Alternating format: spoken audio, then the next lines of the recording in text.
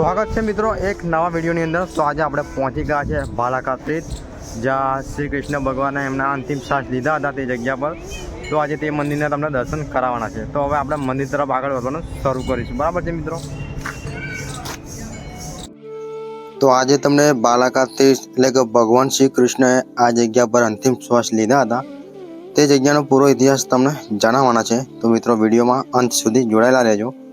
તો આ મંદિરમાં આપણે પ્રવેશ કરીએ છીએ એટલે તમને આ રીતના એક અલગ જ વ્યૂ જોવા મળે છે અને જોઈ શકો છો આ છે પ્રવેશ દ્વાર। અને પ્રવેશ દ્વારમાં એન્ટર થતાં જ તમને અહીંયા નામ પર લખેલું જોવા મળી જાય છે, શ્રી કૃષ્ણ બાલાકા તીર્થ મંદિર। તો આ એ જ જગ્યા છે જ્યાં ભગવાન શ્રી કૃષ્ણએ તેમના અંતિમ શ્વાસ લીધા હતા, બાલાકા તીર્થ મંદિર।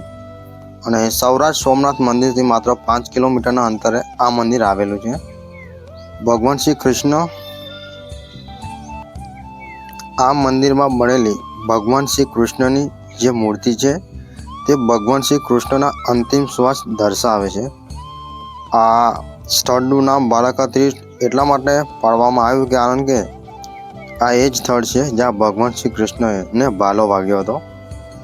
તો મિત્રો ધાર્મિક માન્યતા મુજબ આ એ જ જગ્યા છે જ્યાં ભગવાન શ્રી કૃષ્ણને જરાસંઘ નામના એક પારધીને ભાલાએ ભેદી દીધા હતા। તેમજ તેમના સામે સ્થાપિત છે એ પારધીની 2 હાથ જોડતી ક્ષમા માગતી મૂર્તિ, જે શ્રી કૃષ્ણ ભગવાનને ભાલો ચલાવીને પછતાઈ રહ્યા હતા। પરંતુ ભગવાન તો અંતર્યામી હતા, તેઓ સારી રીતે જાણતા હતા જ્યારે ભગવાન જોડે માફી માગી ત્યારે ભગવાન શ્રી કૃષ્ણએ તેઓને પાછલા જન્મનું યાદ દેવડાવીને બધી ઇતિહાસ જણાવ્યો।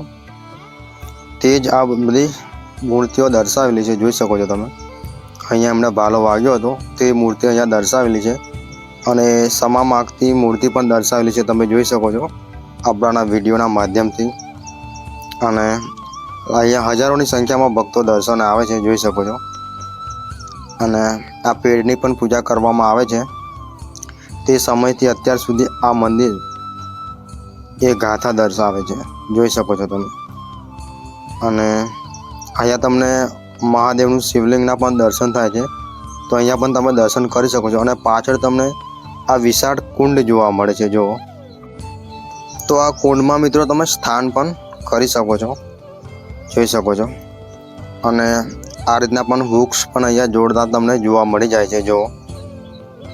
અને બહારથી મંદિરનો વ્યૂ કેવો તમને જોવા મળે છે તમને બતાવવાના છે।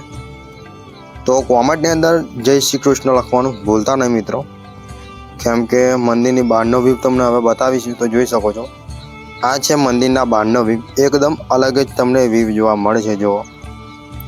અને આ મંદિરે આવો છો એટલે તમને એકદમ આનંદનો અનુભવ થાય છે, જુઓ। જોરદાર એવું મંદિર છે મિત્રો। તો આ મંદિરની મુલાકાત ના કરી હોય તો એકવાર જરૂરથી કરજો, જોઈ શકો છો તમે।